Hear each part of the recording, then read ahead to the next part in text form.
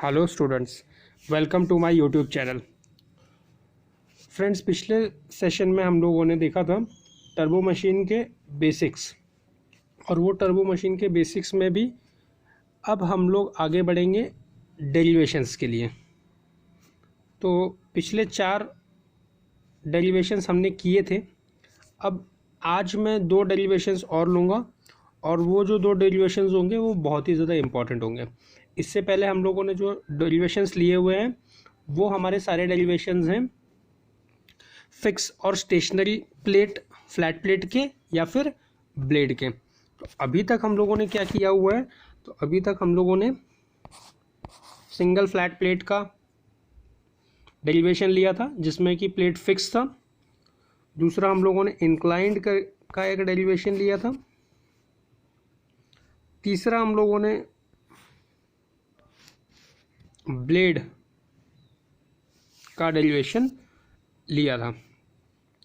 तो ये सभी डेरिवेशंस के बाद अब मैंने आप लोगों को बताया था कि प्रैक्टिकली ब्लेड स्टेशनरी होगा तो कोई फ़ायदा नहीं है, सिर्फ हम लोगों ने फोर्सेस निकाल के छोड़ दिए थे। बट हम लोगों को फोर्सेस तक नहीं जाना है, हम लोगों को आगे भी निकालना है, एफिशिएंसी निकालनी होती है सिस्टम की। तो आज हम लोग वही देखेंगे कि कितना फोर्सेस हो एक्ट होगा, क्या क्या एक्टिविटीज़ होगी। तो उससे पहले अब आज और नेक्स्ट लेक्चर जो रहेगा, 2 कंटिन्यू सब्सिक्वेंट लेक्चर्स में हम लोग 4 डेरिवेशन कंप्लीट करेंगे। और ये बेसिकली 4 डेरिवेशंस क्या है वो मैं बता देता हूँ। ये पहला केस है जहाँ पर सिंगल फ्लैट प्लेट होगा। ये दूसरा डेरिवेशन है जहाँ पर सीरीज ऑफ फ्लैट प्लेट्स होंगे। तीसरा सिंगल मूविंग वेन होगा, वेन मीन्स ब्लेड, और ये यहाँ पर मल्टीपल ब्लेड्स होंगे। तो ऐसे 4 केसेस हैं। इन चारों केसेस में हम लोग इनकी एफिशिएंसी निकालेंगे और मैक्सिमम एफिशिएंसी निकालेंगे। तो जब हम लोग कैलकुलेट करेंगे तो इसका एफिशिएंसी हमको 16% मिलेगा, इसका नियर बाय 29% मिलेगा, इसका 50% मिलेगा, और इसका 100% मिलेगा। तो जस्ट अभी हम लोग न्यूमेरिकल के जब हम डेरिवेशंस करेंगे उसमें मैं आप लोगों को बताऊंगा। तो ऐसे 4 केसेस करना है मुझे, और ये चारों केसेस के एक एक करके डेरिवेशन हम लोग देखेंगे। लेकिन ये डेरिवेशन स्टार्ट करने के पहले कुछ बेसिक्स भी हम लोगों को पता होना चाहिए। तो सबसे पहले हम लोगों को बेसिक्स पता होना चाहिए, वर्क डन की डेफिनेशन। तो ये चीज़ तो मैंने फोर्स के बारे में आप लोगों को बताया था, F is equal to M into a, mass into acceleration. And mass into acceleration के बाद हम लोगों ने एक्सेलरेशन को लिया था change in velocity upon time, और उसके बाद में मास अपॉन टाइम को ले लिया था एम डॉट। तो ये हमको एक फॉर्मूला मिल गया था, F is equal to M dot into D V. तो ये एक बेसिक फॉर्मूला है जो कि हमको ध्यान में रखना है। दूसरा फॉर्मूला हम लोगों को ध्यान में रखना है वर्क डन। तो what do you mean by work done? Work done का मीनिंग होता है force into displacement, force into displacement. What is the work done for a turbine? Power generation. अब एक एग्जांपल लीजिए, एक टर्बाइन है, सपोज वो पावर जनरेट कर रहा है 2 मेगावाट, अगर वो पावर जनरेट करता है, ठीक है। तो इंजीनियरिंग में 2 मेगावाट को उतना वैल्यू नहीं है। क्यों वैल्यू नहीं है? तो 2 मेगावाट पावर अगर सपोज उसने 10 साल में जनरेट किया तो, या 6 महीने में जनरेट किया तो ऐसे नहीं चलेगा। हम लोगों को पावर उसने कितना जनरेट किया है per unit time, that is more important. इसीलिए हमको यहाँ पे वर्क डन जो चीज़ है, वर्क डन हमको नहीं चाहिए, हमको चाहिए वर्क डन पर सेकेंड। तो मैं बोथ साइड सेकेंड से डिवाइड कर देता हूँ। तो वर्क डन पर सेकेंड का फॉर्मूला हो जाएगा force into displacement upon time. Displacement upon time मतलब होता है वेलोसिटी। डिस्प्लेसमेंट अपॉन टाइम मतलब क्या होता है? वेलोसिटी। तो आप लोग हमेशा ध्यान में रखना है वर्क डॉट मतलब डब्ल्यू डॉट या फिर work done dot, work done dot ही हम लोग टर्बो मशीन में निकालेंगे। We never calculate work done. तो फोर्स इंटू वेलोसिटी, ये सेकंड बेसिक फॉर्मूला आप लोगों को ध्यान में रखना है। तीसरा उसी प्रकार से हम लोगों को काइनेटिक एनर्जी भी देखना है। तो what is kinetic energy? Kinetic energy का formula half M V square. तो जब मास नोजल से निकलेगा तो यहाँ पर काइनेटिक एनर्जी होगी जो कि ब्लेड पे जाके स्ट्राइक होगा वाटर। बट अब यहाँ से वाटर अगर 10 लीटर 10 केजी मास सपोज यहाँ से निकल रहा है, ठीक है। अब 10 केजी मास 10 दिन में निकलेगा, तो क्या टरबाइन में उतना पावर जनरेट होगा क्या? नहीं, काइनेटिक एनर्जी भी फिर हमको उस किस फॉर्मेट में लेना होगा, पर यूनिट टाइम के फॉर्मेट में लेना होगा। मतलब एनर्जी कितना इस नोजल से निकल रहा है वो भी पर यूनिट टाइम, उसको मैं कहूँगा kinetic energy per unit time, and that is nothing but kinetic energy per second. तो सेम थिंग मैं यहाँ पे फिर से वही करूँगा, बोथ साइड सेकेंड से आप लोग डिवाइड कर दो। So kinetic energy per second means kinetic energy dot is equal to half mass per second means M dot, और ये फिर वी स्क्वायर। तो काइनेटिक एनर्जी डॉट का फॉर्मूला क्या हो गया, half M dot we square. तो ये फॉर्मूला आप लोग ध्यान में रखिए, ये तीसरा बेसिक फॉर्मूला है जो कि आप लोगों को ध्यान देना पड़ेगा। तो चलिए अब ये स्टार्ट करते हैं हम लोग डेरिवेशन। तो हमारा पहला डेरिवेशन है force exerted by jet on single flat plate. तो ये देखिए मेरा सिंगल फ्लैट प्लेट है, दिस इज माय नोजल, ये नोजल से वाटर स्ट्राइक होगा, वी वेलोसिटी का वाटर आ रहा है, ये स्ट्राइक होगा प्लेट पे। अब जब ये प्लेट पे स्ट्राइक होगा तो प्लेट क्या होगा, मूव होगा, और लेट अस से the movement of plate is you. अगर आप लोगों को मेरा सेकेंड लेक्चर अगर याद है जिसमें मैंने वेलोसिटी ट्रायंगल डिस्कस किया था, तो फिर कुछ चीज़ इजी पड़ेगी। तो अगर आप लोगों ने मेरा वो सेशन मिस कर दिया तो उसको पहले देखना पड़ेगा, वहाँ मैंने कुछ कॉन्सेप्ट्स बताए थे, यहाँ पर भी मैं डिस्कस करता हूँ वो कॉन्सेप्ट। तो जनरली हमारा ये जो वाटर जब इस प्लेट पे स्ट्राइक होगा तो ये प्लेट तो एक्चुअली सर्कुलर घूमेगा ना, यस और नो, सर्कुलर वेलोसिटी रहेगी, एंगुलर वेलोसिटी रहेगी उसको, बट हमको एंगुलर वेलोसिटी नहीं कंसिडर करना है, हमको वर्टिकल या लीनियर वेलोसिटी कैलकुलेट करना है। तो लीनियर वेलोसिटी ब्लेड की हम लोग कैसे रिप्रेजेंट करते हैं, u, और वो कैसे रहता है, टेंजेंट टू द ब्लेड। ये पॉइंट मैंने डिस्कस किया था, आप लोग एक बार वो देखिएगा। सो u, what is v, v is the jet velocity, what is u, u is the blade velocity, वो भी कौन सा वेलोसिटी, लीनियर। सेकेंड कॉन्सेप्ट मैंने आप लोगों को बताया था रिलेटिव वेलोसिटी कॉन्सेप्ट। अगर दोनों व्हीकल सेम डायरेक्शन में अगर मूव होते हैं तो रिलेटिव वेलोसिटी कैसे निकालते हैं हम लोग, जस्ट मैं एक एग्जांपल देता हूँ। तो एक कार ए है 20 किलोमीटर की स्पीड से जा रहा है, एक कार बी है 5 किलोमीटर की स्पीड से जा रहा है, किलोमीटर पर आवर की स्पीड से जा रहे हैं। एक घंटे बाद क्या होगा, what is the relative velocity, एक घंटे बाद ये जो ए पर्सन है ये 20 किलोमीटर पहुँचेगा, ये जो बी पर्सन है वो यहाँ से सिर्फ 5 किलोमीटर तक ही पहुँच पाएगा। तो इन दोनों के बीच का रिलेटिव क्या हो गया, ये रिलेटिव हो गया। How we have calculated, bigger value minus smaller value will get the relative value. तो ये चीज़ भी मैंने उस वीडियो में बताई थी आपको कि रिलेटिव वेलोसिटी, अगर व्हीकल सेम डायरेक्शन में मूव हो रहे हैं तो रिलेटिव वेलोसिटी कैसे कैलकुलेट करते हैं, bigger velocity minus smaller velocity minus करते हैं। और वही अगर हमने इसको अपोजिट ले लिया, अगर 5 किलोमीटर इधर करना है तो फिर ये जो व्हीकल है यहाँ 20 किलोमीटर तक जाएगा, यहाँ 5 तक जाएगा, फिर ये दोनों मिलकर 25 हो जाएगा। तो at that time you have to add. तो अगर if vehicle is moving in same direction subtract कीजिए, अगर अपोजिट में जा रहा है तो ऐड कर दीजिए। तो ये कॉन्सेप्ट भी मैंने आपको बताया था। तो सेम थिंग अब यहाँ पर भी मूव होगी कि v वेलोसिटी से वाटर स्ट्राइक हो रहा है और u वेलोसिटी से प्लेट मूव हो रहा है। अब प्रैक्टिकली यहाँ पर देखिए, नोजल तो मेरा फिक्स रहेगा, यहाँ से v वेलोसिटी का वाटर स्ट्राइक होगा। अब जस्ट आप लोग सब लोग देखिए, जब मेरा प्लेट इस पोजीशन पे है, यहाँ पे स्ट्राइक हुआ तो फोर्स लेटर से 100 का फोर्स एक्ट होगा। यस 100 का, मैं अज्यूम कर रहा हूँ 100 का फोर्स लेटर से। थोड़ी देर बाद क्या होगा, ये थोड़ा सा आगे मूव हो गया, मतलब ये यहाँ चला गया, यहाँ चला गया तो क्या हो गया, नोजल तो मूव नहीं होगा, नोजल तो हमेशा फिक्स होता है। तो ये जो वेलोसिटी ऑफ वाटर है वो जाके यहाँ पे स्ट्राइक करेगा, बट बिकॉज ऑफ ग्रेविटी या फिर उसका प्रेशर एनर्जी जो है वो ख़त्म हो जाएगा धीरे धीरे। तो यहाँ पर अगर 100 का दे रहा है तो यहाँ पर थोड़ा कम देगा, लेटर से 80 देगा। क्यों देगा, उसको एक तो ज़्यादा ट्रैवल करना, तो उसकी प्रेशर और एनर्जी कम हो चुकी होगी, तो जो जो फोर्स स्ट्राइकिंग होगा वो डेफिनेटली कम होगा। सो ये हो गया हमारा फोर्स डिफरेंस। तो ऐसे एक्ट होगा हमारा फोर्स। अब देखिए वी पी इसी डायरेक्शन में जा रहा है, यू भी इसी डायरेक्शन में जा रहा है, दोनों सेम डायरेक्शन में मूव हो रहे हैं। और सेकेंड थिंग, यहाँ से अगर 10 kg पर सेकेंड का वाटर निकला है तो मैंने आपको बताया था कि कुछ वाटर यहाँ गिर जाएगा, कुछ वाटर यहाँ गिर जाएगा। 10 का निकला है, अगर इस पोजीशन पे है तो 8 स्ट्राइक होगा, थोड़ा आगे गया तो यहाँ 7 स्ट्राइक करेगा, तो मास स्ट्राइकिंग भी कम हो गया। तो ये दोनों चीज़ों की वजह से क्या होगा कि जैसे जैसे ब्लेड आगे आगे बढ़ेगा वैसे वैसे फोर्स कम लगेगा, मास भी कम होते जाएगा इस केस में। तो इसीलिए अब सबसे पहले मैं क्या निकालूंगा, force. What is the formula for force? M dot D V. M dot का मेरा फॉर्मूला क्या है? रो ए।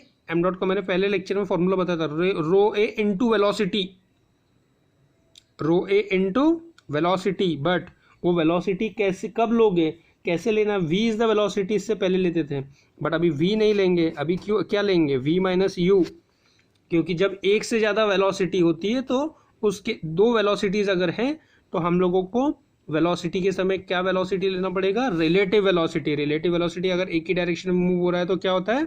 बिगर वैल्यू माइनस स्मॉलर वैल्यू। तो v minus U, because nozzle की वेलोसिटी ज़्यादा रहेगी ब्लेड से, तो that is why it is v minus U. तो rho A v minus you, ये हो गया m dot into change in velocity. Change in velocity मतलब इनिशियल वेलोसिटी कितनी थी? v, फाइनल वेलोसिटी कितनी है? u, तो v माइनस यू। तो ये हो गया rho A v minus you whole square. तो v माइनस यू इधर भी है, इधर भी है, मतलब v minus you into v minus you whole square. What is this? This is nothing but force, this is nothing but force. Similarly second चीज़ मैंने आप लोगों को बताई थी, what do you mean by work done? Work done मतलब क्या होता है? Force into velocity, force into velocity. Work done पर सेकेंड यहाँ मुझे निकालना है, ठीक है। अब वर्क डन का मीनिंग क्या होता है? वर्क डन का मीनिंग है टरबाइन घूमना, तभी वर्क जनरेट होगा। इससे पहले जो सेशन में हम लोगों ने देखा था वहाँ पर क्या था? ब्लेड फिक्स था, तो वर्क डन होता था क्या? नहीं, बिकॉज डिस्प्लेसमेंट ही नहीं है तो कैसे क्या वर्क डन होगा? तो यहाँ पर फोर्स का, वर्क का डेफिनेशन क्या है? Force into displacement. बट मुझे पर सेकेंड लेना है तो displacement of what? Blade, blade का डिस्प्लेसमेंट लेना पड़ेगा। बट डिस्प्लेसमेंट पर सेकेंड मतलब होता है वेलोसिटी। तो इसीलिए वर्क डन डॉट कैसे निकलेगा? फोर्स इनटू वेलोसिटी, और फोर्स हम लोगों ने ऑलरेडी निकाला था, and that force value is rho A v minus you whole square into velocity. अब आप लोगों को कंफ्यूजन होगा कि यहाँ पे कौन सा वेलोसिटी लेना है, v लेना है, u लेना है, या v माइनस यू लेना है। तो हम लोग निकाल रहे हैं वर्क डन। वर्क डन मतलब होता है सम आउटपुट। आउटपुट कहाँ हो रहा है? नोजल में हो रहा है क्या? नहीं, नोजल में नहीं हो रहा है, नोजल तो फिक्स है। वर्क कहाँ पे जनरेट हो रहा है? रनर पे, ब्लेड पे जनरेट हो रहा है। इसीलिए वेलोसिटी कौन सी लोगे? Blade velocity. इसीलिए वेलोसिटी हो गया यहाँ पर u लेना पड़ेगा। तो ये वेलोसिटी कॉन्सेप्ट बहुत ज़्यादा इंपॉर्टेंट है, क्योंकि मैं वर्क डन निकाल रहा हूँ, तो वर्क डन के लिए ये हो जाएगा u। अब ये हो गया work done. Work done means होता है output, output of the turbine. अब इनपुट पे आते हैं। What is input? इस सिस्टम को इनपुट क्या है? Nozzle, nozzle is the input. तो नोजल में क्या होता है? Kinetic energy. काइनेटिक एनर्जी का मैंने आप लोगों को फॉर्मूला बता के रखा है, half m dot v square, because kinetic energy में डॉट निकालने वाला हूँ। अब यहाँ पर फिर से देखेंगे, हाफ m डॉट का फॉर्मूला क्या है? रो ए, m डॉट का फॉर्मूला क्या है? Rho into area into velocity, ठीक है। अब वेलोसिटी यहाँ पर कौन से लोगे? v लेंगे, v माइनस यू लेंगे, कि सिर्फ u लेंगे? तो v ले सकते हैं क्या? मैं क्या निकाल रहा हूँ? Kinetic energy of the nozzle निकाल रहा हूँ। नोजल अगर मैं काइनेटिक एनर्जी का निकाल रहा हूँ तो वेलोसिटी मेरी क्या रहेगी? v रहेगी सिर्फ। पिछले बार देखो मैंने वर्क डन निकाला, वर्क डन में कौन सी वेलोसिटी ली? सिर्फ u ली। सबसे पहले मैंने फोर्स निकाला, तो फोर्स के लिए मेरा नोजल प्लस ब्लेड दोनों यूजफुल थे। सिंस वो दोनों यूजफुल थे इसीलिए दोनों को मैंने कंबाइन करके एक वेलोसिटी में कन्वर्ट किया। दो वेलोसिटी तो एट ए टाइम नहीं ले सकते। सेकेंड मैंने वर्क डन निकाला, वर्क डन किस पे होता है? रनर पे, तो रनर की वेलोसिटी ले लिया। अब मैं निकाल रहा हूँ काइनेटिक एनर्जी। काइनेटिक एनर्जी पे किसकी वेलोसिटी रहेगी? तो काइनेटिक एनर्जी मतलब नोजल की वेलोसिटी। नोजल की वेलोसिटी क्या है? v, तो v इंटू वी स्क्वायर हो जाएगा। तो अगर इसको पूरा अच्छे से देखोगे तो हाफ रो मतलब डेंसिटी 1000 लेना है वाटर के, एरिया कैसे निकालते हैं, नोजल का π/4 d स्क्वायर कर देना है, एरिया मिल जाएगा v square into V is become v cube. तो finally half rho A v cube, ऐसे करके मुझे टोटल काइनेटिक एनर्जी भी मिल जाएगा। तो ये देखिए यहाँ पर मैंने सभी डिटेल में अच्छे से दिया हुआ है। रिलेटिव, जब मैं पहले फोर्स निकालूंगा तो relative velocity v minus you हो जाएगा, मास क्या हो जाएगा रो ए v माइनस यू, क्योंकि जैसे जैसे प्लेट आगे बढ़ते जाएगा मास कम कम होते जाएगा, तो वेलोसिटी के ऊपर डिपेंड हो गया। अब ये मैंने आप लोगों को फोर्स बता दिया, this is what we have done, ये लिख लेना है आप लोगों को। देन काइनेटिक एनर्जी बताइए आपको, kinetic energy half M dot we square, half rho A V square V cube हो गया लास्ट में। यहाँ पर एक चीज़ रह गई है, वर्क डन निकालना है, वर्क डन में इसको इंटू यू कर दिया, that is force into velocity become your work done. तो ये चीज़ क्लियर हो गई है, बस यही चीज़ आप लोगों को समझनी है।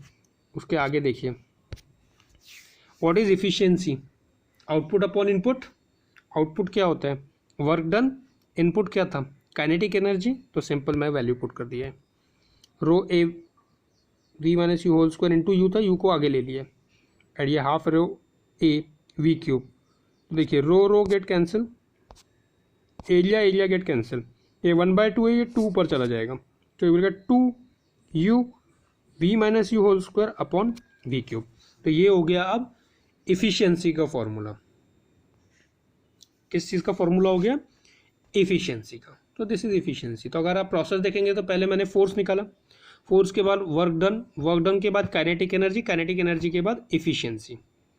तो अल्टीमेटली मुझे इफिशियंसी चाहिए था, इफिशियंसी के लिए लगता है वर्क डन, तो इसलिए वर्क डन निकाला, बट वर्क डन के लिए लगता है फोर्स, इसीलिए पहले फोर्स निकाला। सिमिलरली मुझे काइनेटिक एनर्जी लगता है, इसलिए काइनेटिक एनर्जी निकाला। तो ये चीज़ हो गई इफिशियंसी का फॉर्मूला, ये हो गया इफिशियंसी।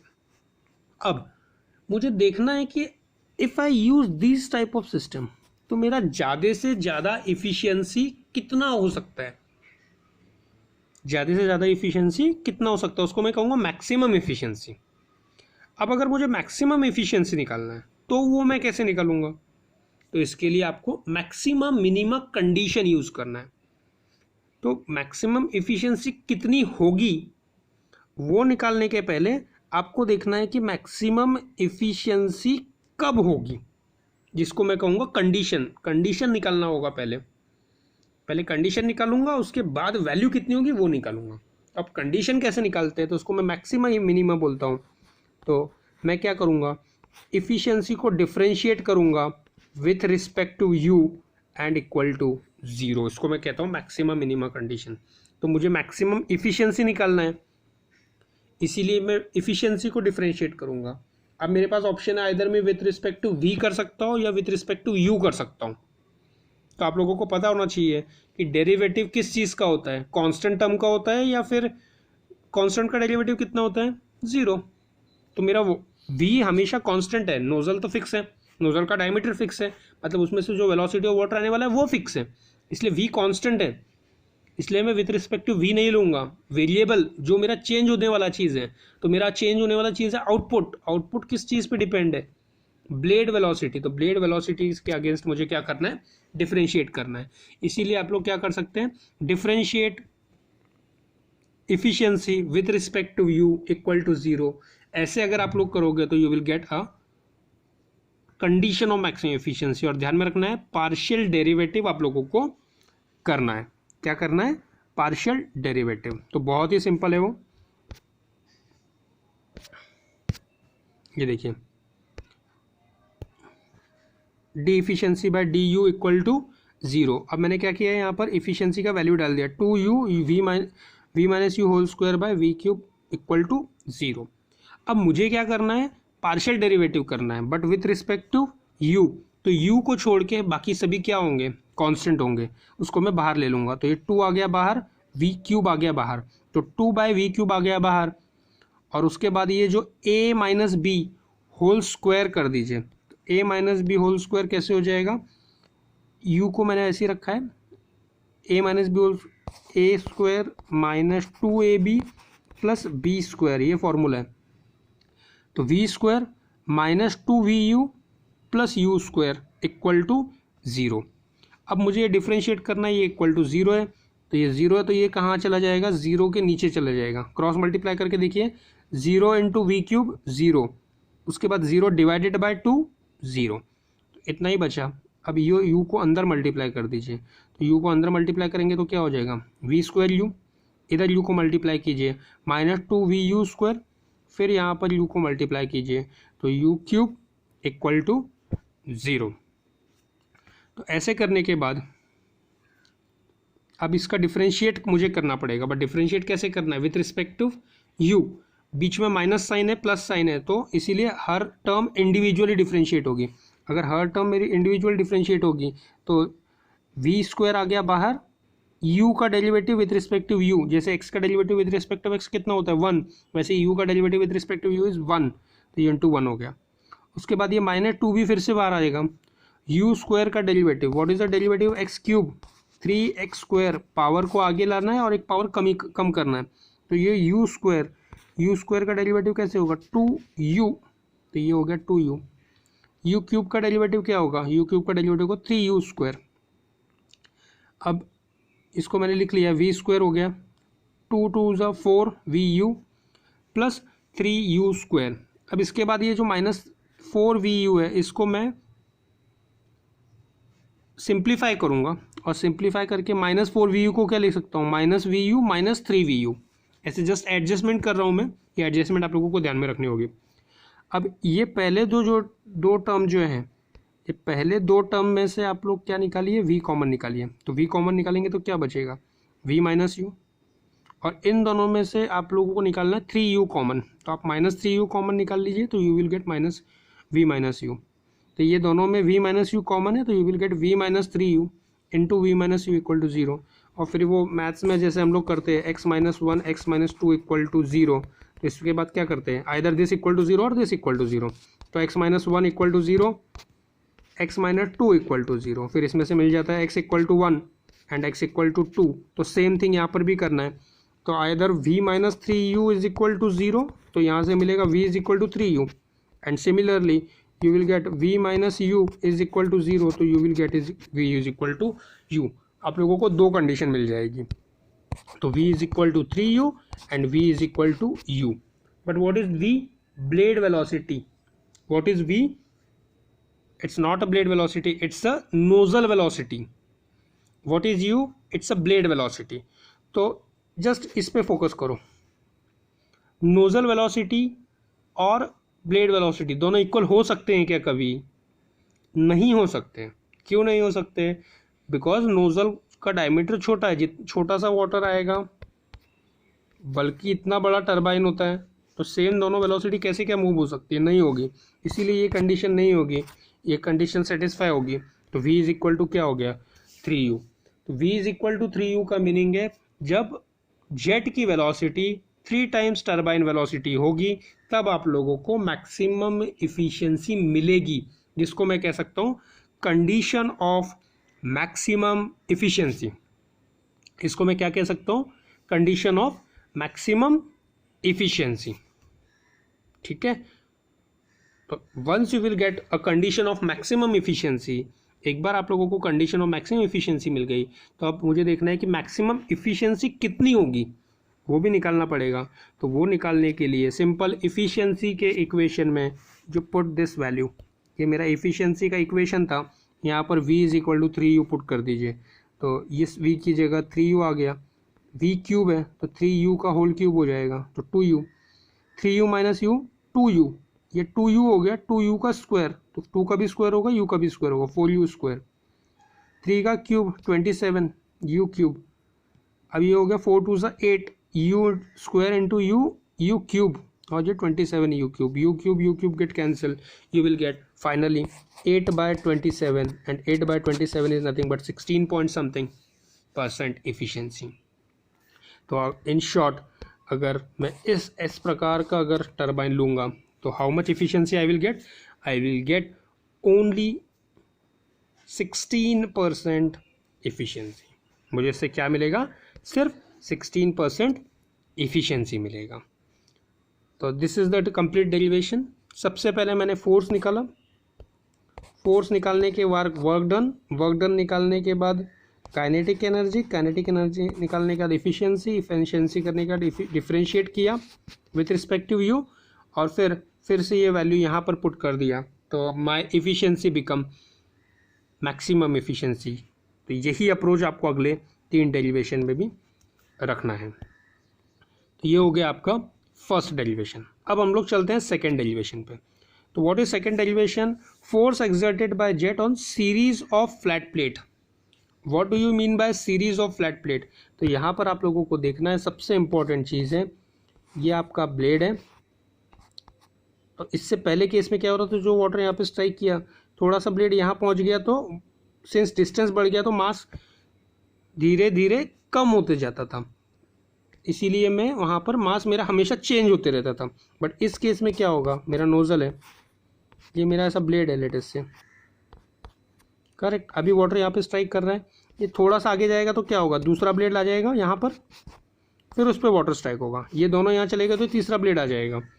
तो कंटिन्यूसली आपका क्या होता रहेगा, पहले ब्लेड पे वाटर, फिर दूसरे ब्लेड पे वाटर, फिर तीसरे ब्लेड पे वाटर, से कंटिन्यूसली ब्लेड पे वाटर एक्ट होते रहेगा कंटिन्यूसली। इससे क्या होगा, मास हमेशा ये कंप्लीट सिस्टम पे इक्वल एक्ट होते रहेगा, सेम एक्ट होते रहेगा। इसके पहले जैसा नहीं कि एक ही है।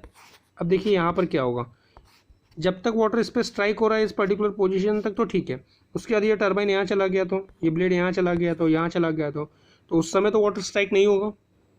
तो ये घूमने पे इसकी वेलोसिटी चेंज होती रहेगी हमेशा, पहले बहुत फास्ट घूमेगा, फिर धीरे धीरे कम होगा, फिर जब वो ब्लेड घूम के यहाँ आएगा, जब वाटर स्ट्राइक होगा फिर से थोड़ा घूमेगा, मतलब ये ऐसे गोल फास्ट घूम के फिर स्लो फास्ट घूमेगा, फिर slow slow slow slow slow ऐसे होएगा।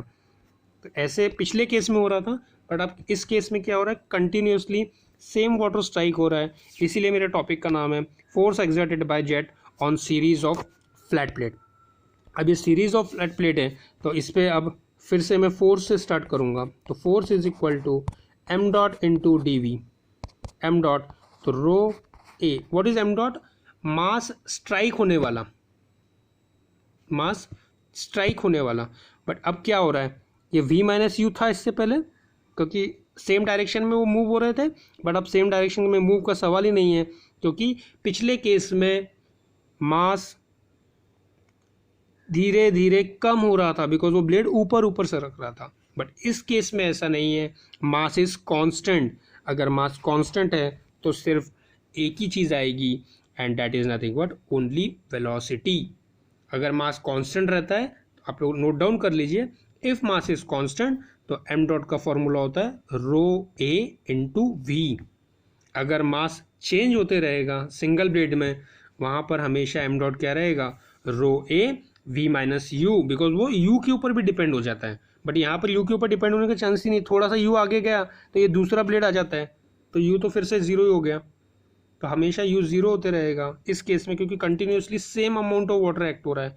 अगर सेम अमाउंट ऑफ वाटर है तो यू कितने भी वेलोसिटी से घूमे कोई फर्क नहीं पड़ेगा, और इसीलिए सीरीज में एम डॉट में क्या रहेगा, रो ए वी, और डी वी क्या रहेगा, डी वी हमारा फिक्स रहेगा, final velocity, initial velocity v minus final velocity, because D V means change in velocity है, change in velocity is nothing but v minus U. तो इससे इतना ही डिफरेंस है, बाकी all the things are same. ये हो गया फोर्स। उसके बाद वर्क डन ले लीजिए, वर्क डन मतलब क्या होता है, फोर्स इनटू डिस्प्लेसमेंट, तो डिस्प्लेसमेंट इनटू वेलोसिटी, मतलब वेलोसिटी लेते हैं तो इनटू स्मॉल यू कर दीजिए, and all the things are same. तो चलिए अब हम लोग देखते हैं कैसे। तो मैं डायरेक्ट अब रिप्रेजेंट करता हूँ। देखिए what is M dot, m dot हो गया रो ए वी, और ये हो गया v माइनस यू। फिर वर्क डन कैसे निकालते हैं, तो इसी को फोर्स को इसको u से मल्टीप्लाई कर दो, तो ये हो गया आपका work done. What will be the kinetic energy, तो काइनेटिक एनर्जी में हमने नोजल में कुछ चेंजेस किए हैं क्या, नहीं किए, तो kinetic energy as it is रहेगी विदाउट एनी चेंज। इसीलिए काइनेटिक एनर्जी का फॉर्मूला वही है, half M dot we square, ये एम डॉट है, और एम डॉट लेने की ये दिस इज एम डॉट, ठीक है, वैसे ही half rho A V cube, this have not changed. तो ये चीज़ आप लोगों को ध्यान में रखनी है। उसके बाद आप लोगों को नेक्स्ट निकालना है efficiency. What is efficiency? Work done पर second divided by kinetic energy. तो आप लोग देखिए वर्क डन पर सेकेंड में क्या हो जाएगा, ये rho cancel, area cancel, area capital A ले सकते हैं, स्मॉल ए ले सकते हैं, कोई प्रॉब्लम नहीं, हम लोगों को कैपिटल ए लेना है। फिर एक वी यहाँ पर कैंसिल हो जाएगा, ये वी और यहाँ पे वी, तो वी स्क्वायर बचेगा, तो ऊपर बचा है v minus you into u, और ये जो 1/2 है ये 2 चला जाएगा ऊपर। तो देखिए उसको अच्छे से, ए कैंसिल, रो कैंसिल, एक वी कैंसिल, तो 2 जाएगा ऊपर, u we minus u upon v square. This is the formula for efficiency. अब मुझे क्या करना है, इसको डिफ्रेंशिएट करना है। इसको मैं डिफ्रेंशिएट कर देता हूँ, इक्वल टू 0 कर देता हूँ। देखो कैसे, 2 अपॉन वी स्क्वायर तो बाहर आ गया। अब मुझे सिर्फ किस चीज़ का डिफ्रेंशिएट करना है with respect to u, u into v minus u, सिर्फ इतना ही डिफ्रेंशिएट करना है, बिकॉज 2 भी कांस्टेंट है, वी स्क्वायर भी कांस्टेंट था, तो 2 अपॉन वी स्क्वायर कॉमन आ गया और ऐसा बचेगा। अब ऐसा बचने के बाद इसको अंदर मल्टीप्लाई कर दीजिए, तो आपका बचेगा v u minus you square, v u minus you square. इसका सिर्फ डिफ्रेंशिएट मुझे करना है, क्योंकि ये 2 अपॉन वी स्क्वायर तो इक्वल टू 0 होने की वजह से ये इसके नीचे चले जाएगा, तो automatically this will get cancel. ये कैसे जा रहा है नीचे, ये समझ रहे हैं ना आप लोगों को? अगर नहीं समझा तो जस्ट मैं एक बार आप लोगों को बता देता हूँ। ये देखिए ऐसा दिखेगा, ठीक है, ये 2 अपॉन वी स्क्वायर जैसी, एक सेकेंड ना, जैसे 2 अपॉन वी स्क्वायर आपका बाहर आता है,